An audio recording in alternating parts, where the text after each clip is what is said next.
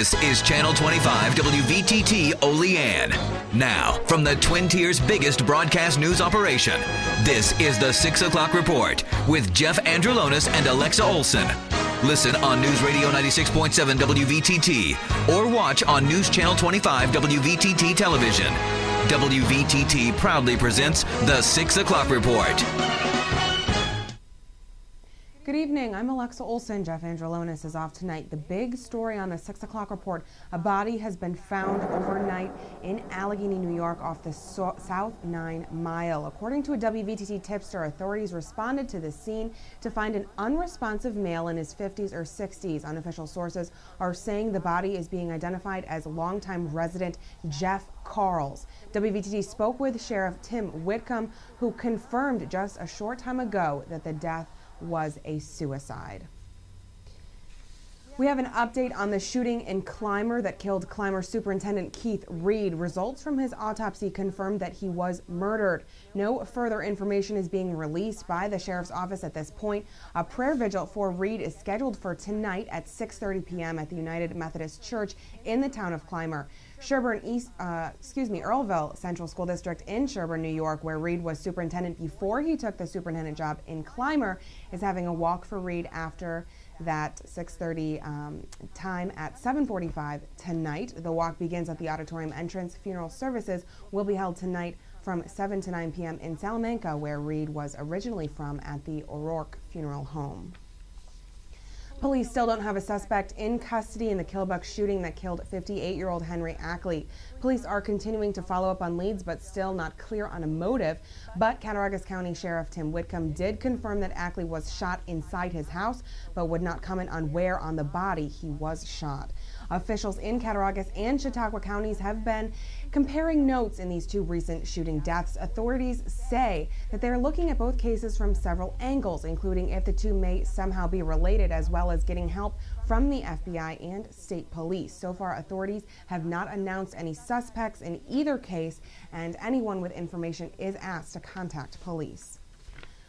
According to the Associated Press, witnesses say federal agents are conducting a raid on the warehouse on the Seneca Nation's Cattaraugus Reservation in western New York. John Kane, a radio broadcaster on the reservation, tells the Associated Press that agents from the Bureau of Alcohol, Tobacco, Firearms, and Explosives are going through Wolf's Run Trading's building and have taken owner Will Perry into custody.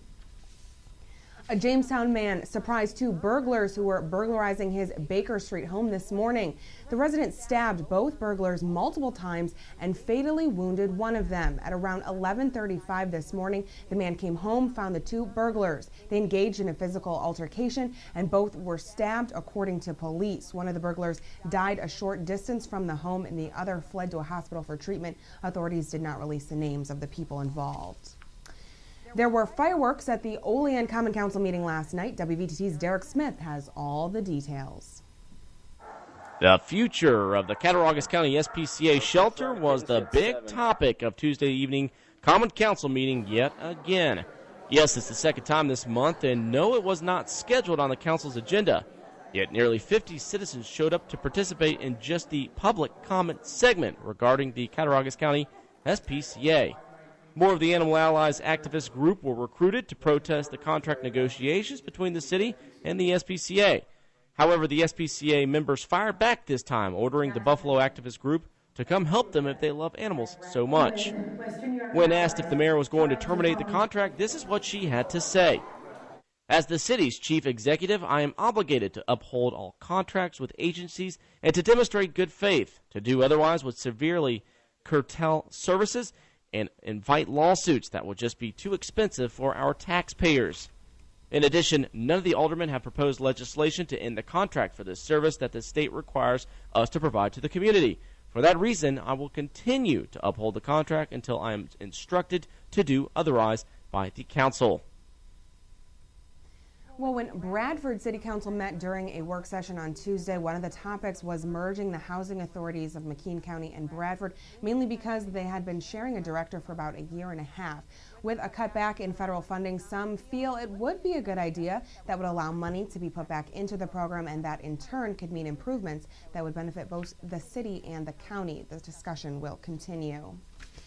52-year-old James Lennon of Steenburg will be sentenced in February after pleading guilty to drug trafficking. The Cattaraugus County man could spend up to 20 years in prison and face a $20 million fine. Authorities say DEA agents seized about 100 pounds of marijuana and 18 pounds of cocaine back in November of 2011 from another man at a home in Tonawanda. The other man, Riverherd Humbly, pleaded guilty earlier this month due to drug trafficking. Pennsylvania state officials are once again trying to make it easier for registered voters to get a state-issued photo ID card, just as new arguments are being raised in court over whether anyone could be denied the right to vote. A Department of Transportation official testified yesterday that the newly streamlined process was finalized earlier this week in an effort to satisfy a week-old Supreme Court decision. Governor Andrew Cuomo announced today a multi-pronged initiative to keep drivers with a history of repeat alcohol or drug-related driving convictions off the road. At the governor's direction, the New York State Department of Motor Vehicles, known as the DMV, will issue new regulations that will give New York among the toughest protections in the nation against drivers who persistently drive under the influence of alcohol and drugs. Cuomo is saying enough is enough to those who have chronically abused their driving privileges and threatened the safety of other drivers, passengers, and pedestrians. Under the current law, drivers who are convicted of multiple alcohol or drug-related driving offenses cannot permanently lose their licenses. The only time a driver really faces losing a license permanently is when he or she has 2 alcohol or drug-related convictions occur from separate crashes involving a physical injury. A&S Indoor Pistol Range in Youngwood, Pennsylvania is shooting for a cure for breast cancer by holding a special benefit fundraiser event throughout the month of October known as National Breast Cancer Awareness Month. For $10, participants will get a special pink target and a half-an-hour range time to shoot. Half of the cost, which would be $5, would be donated to breast cancer research. In addition, a foundation will match each dollar donated, so a full $10 for each package purchased will go to breast cancer research. The World News Roundup is next. Don't miss it. Keep it here on News Channel 25 WVTT.